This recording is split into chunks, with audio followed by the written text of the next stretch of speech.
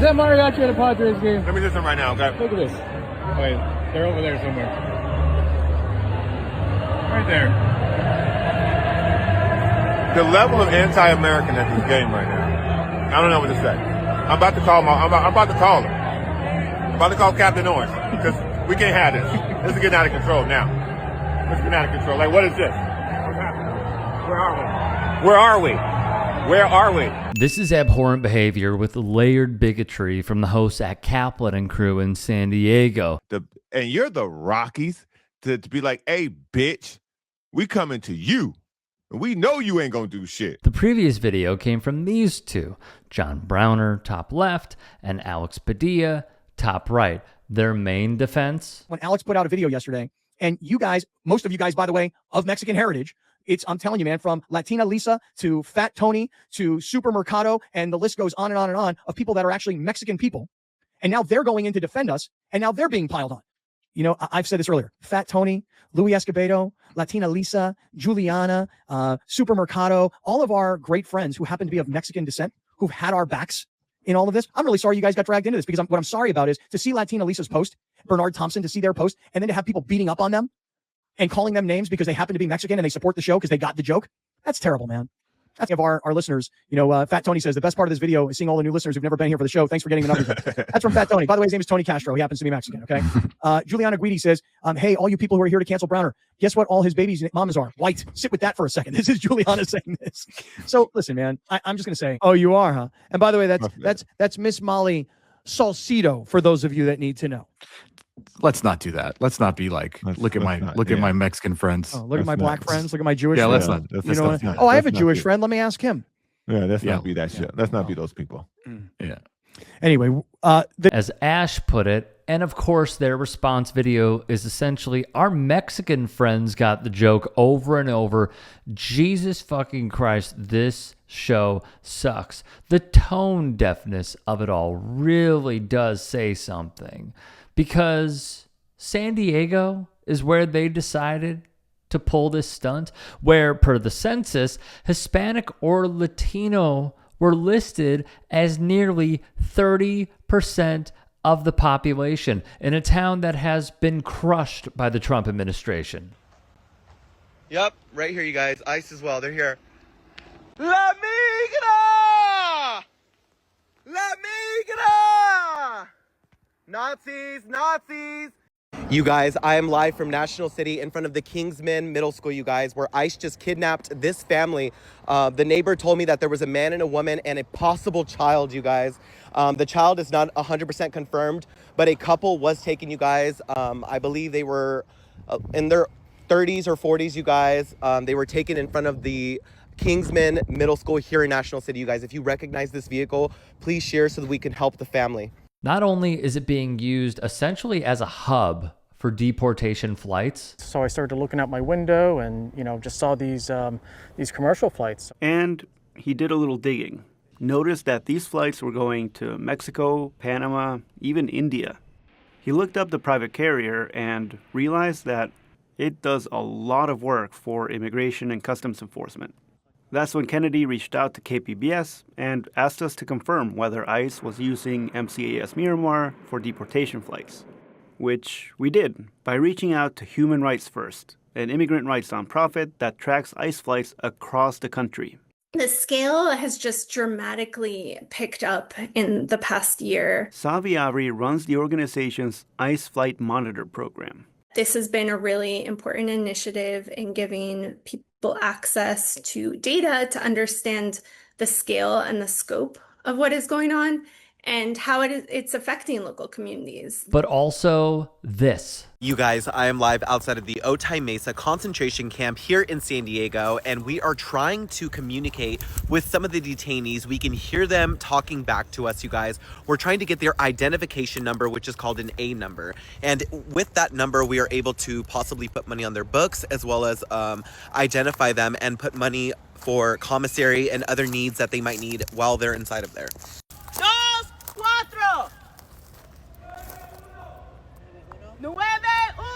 Okay. Hola.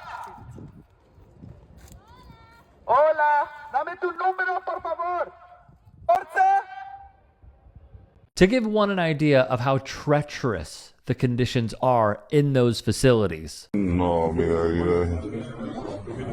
esto van volviendo aquí en el baño, un beta, no, qué chingo mariconas. El sueño americano, migración, 26 Federal Plaza.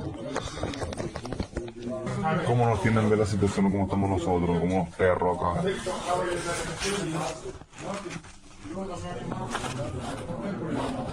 Pana, Ecuador. Colombia.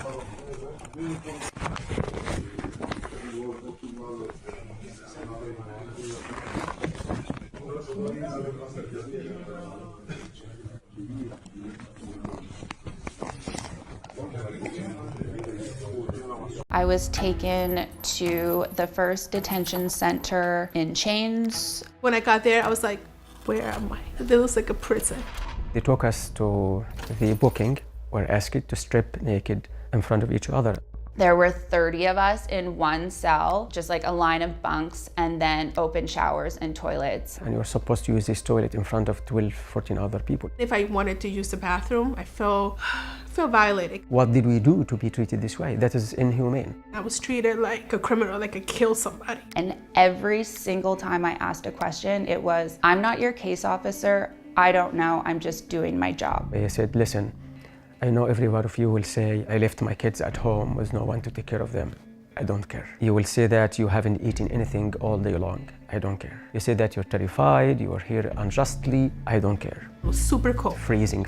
They nicknamed them the ice boxes. I don't think it's more than 30 degrees. We're huddled, trying to stay warm, wrapped in these aluminum foils, looking like dead bodies. There's no window that you can look outside. I never was able to breathe fresh air. Fluorescent lights are shining 24/7.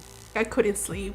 We kept hearing rats squeak. Oh. One of the girls had her period and there was blood everywhere. They knew I was a menstrual cycle, but it was not offered to shower for 5 days. This nurse comes in and she's like, pregnancy test. She made us pee in front of each other into these Dixie cups. We're all just standing there in a circle, holding our open urine, and she's plopping these pregnancy tests in and then being like, okay, you guys are gonna check it back in the toilet.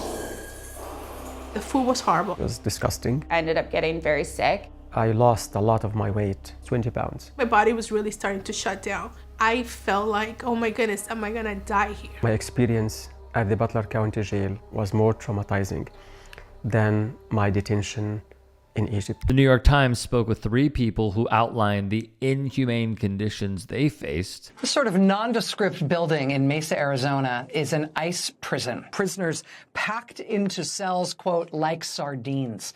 A facility almost 100 people over capacity. People lying on the floor without blankets. Prisoners scrambling to the doors of the holding cells, seeing that these were some people who seemed official who were there. They were asking for help, trying to tell them about the conditions at the facility. People are being treated like there's no way that we could treat animals like this. People would be outraged, but apparently it's fine to treat people this way. It's disgusting. And here in Arizona, more details were given locally as it pertains to San Diego, California.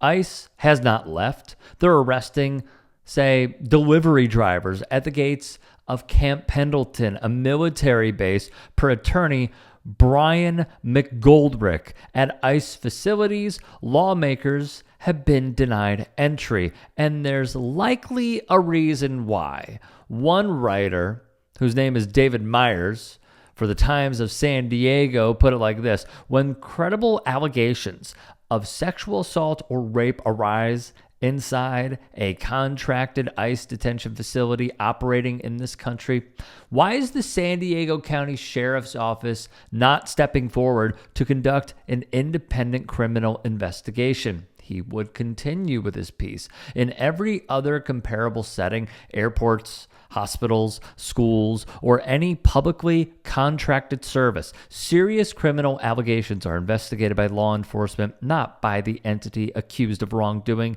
That is not just best practice, it is the baseline for preserving evidence, protecting victims, and ensuring accountability. Yet here, the standard appears to change. Adding on to this, locally, the San Diego Union Tribune reported local hospitals are treating significantly more U.S. Immigration and Customs Enforcement detainees under the Trump administration. Federal data shows hospitalizations of ICE detainees have risen as ICE arrests have skyrocketed under the Trump admin. In the San Diego region, last year's ICE arrests rose by more than 1,300% from 2024. That's why when I hear this, the level of anti-American at this game right now, I don't know what to say. I'm about to call her. I'm about to call Captain Orange because we can't have this. This is getting out of control now. It's just so, to borrow a term I used previously, layered. It's incredibly layered. In addition to all of this, while Browner and his co-host Padilla conducted their hateful diatribes on video, the Padres rocked their City Connect jerseys. Per MLB.com, they emphasize the binational fan base in Southern California and Mexico. The colors, per the team, are evocative of our vibrant landscape-rich culture, history, and traditions. Bone, obsidian, marigold, aqua, fireberry, and Padres gold. From KPBS, a shoulder patch features La Catrina wearing a flower crown and surrounded by ofrenda candles. Marigold motifs are also very prominent on the sleeves and in the color scheme.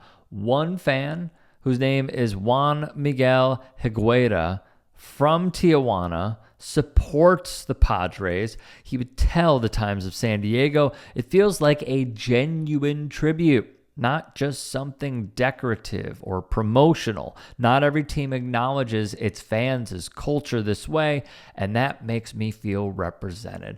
Now, Browner did right or wrong. Just so everybody's on the same page, because I'm the person who said it, it's never okay to say something like that. Period. End of story. It was a terrible joke that shouldn't have been said. And for that, I apologize. This isn't hard for me. There's a lot of hills on this show I've died on that hill, because I believed in those things. This is very easy for me to apologize for, because again, that's not who I am as a person. I don't believe that. It was part of the bit. And because it upset so many people and it enraged so many people, and rightfully so, I was wrong for saying it. It's never okay to say in a joke form or any other form, because it's hurtful to people. It was inappropriate to say. It shouldn't have been said, but in a joking matter, it was, and that still doesn't make it okay. So if you don't accept the apology, I get it, and I understand, because racism cuts really deep on people, and it hurts people in ways that I won't understand from that particular side of it, but I do understand how racism can hurt people, and it's never my intention to be racist towards anybody. But what I need everyone to understand is how hurtful this is when he says that he is going to get Donald Trump on a call because he does not and cannot stand the sights of seeing a mariachi band. He can say it was a joke. His co-host can say it was a joke. They'll probably lean into everyone just being soft these days, as we have seen with the manosphere and with right-wing comedians, etc., etc. But what it really boils down to is an inability to read the room and understanding how very close you are to the border. And in addition, how those that you are targeting with these hateful words are also being targeted, not just by police with racially profiling them, not just with bigots within communities going after them because they have a different skin color than, say, someone like me or Kaplan, who I also have a lot of thoughts on pertaining to his previous comments. But also, they're being targeted by the federal freaking government. You do deserve the critiques. And I would just hope, at least at this point, that you would learn from your mistakes and maybe even, I don't know, try and go a little bit further than just doing a video. That is just how I feel about this. And it is why it's not about being soft or sensitive. It's just having a heart and understanding not everything needs to be comedic, but if it is, at least make it funny. At least the goal in my eyes and many others, is that you don't punch down, as George Carlin said. You punch up. You go after the big guys. You go after the top 1%. You go after Peter Thiel. You go after the most powerful people in the world, not the powerless.